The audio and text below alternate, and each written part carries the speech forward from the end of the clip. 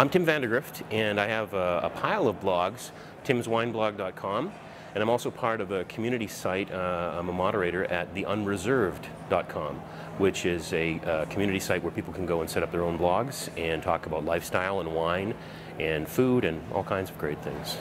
I decided to come to the Wine Bloggers Conference this year because I've been blogging for a while for my parent company, which is Andrew Peller Limited, Canada's largest winery.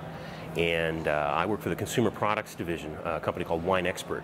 If anyone's looking for Wine Expert, it's only got one E in it, so it looks like Win Expert, because I think we're winners. But Wine Expert produces goods for consumers to make their own wine at home.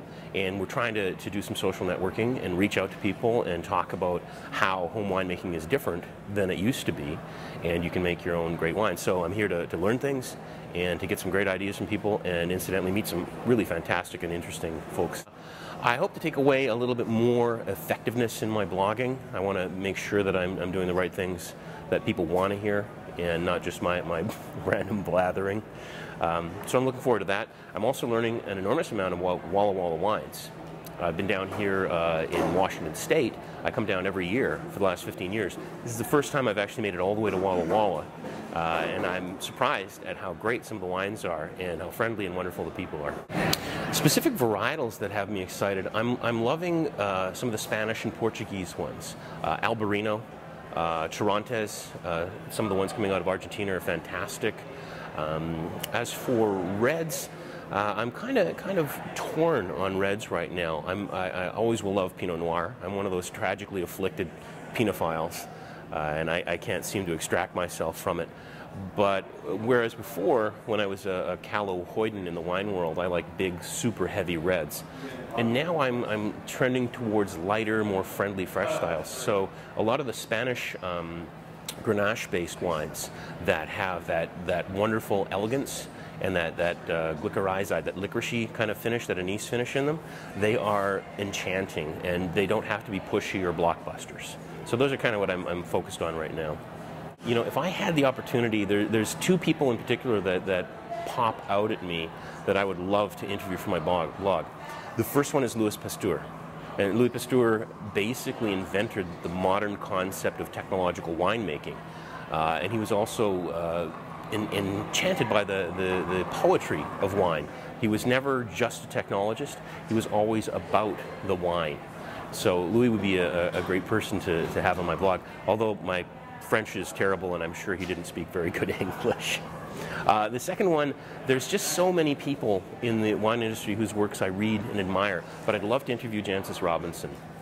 I've worked for her. I wrote some definitions in the Oxford Companion to Wine, and so our exchanges have been really pleasant. She's a lovely lady, and she seems so free of cant.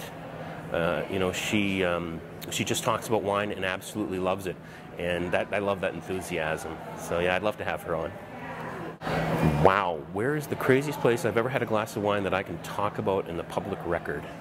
I would have to say, no, can't talk about that, no.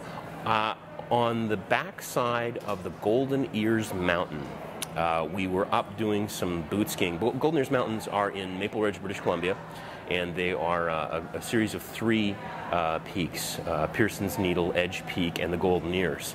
And so we were on the backside of the ears doing some boot skiing down the glacier that runs off the back, and we had a bota, a Spanish wine bag with us. And so we were drinking wine at about noon on the day in the brilliant sunshine, boot skiing, and then we got really gooned and tumbled the rest of the way down. So yeah, that didn't end that well. You know, if there was one thing about the blog that I'd like people to know, it's that I feel a connection to them. Blogging is essentially very solitary. It's like writing a diary, and sometimes you feel like you're shouting down a well, and there's nothing but echoes coming back. So I hope that people who read my blog get a sense from me that I'm a normal person as far as that goes, and I'm, you know, writing theoretically as an expert about stuff, but I'm not. I'm a learner like they are, and I'm interested in the same things they are, and I want to go forward and learn as much from them as they might from me.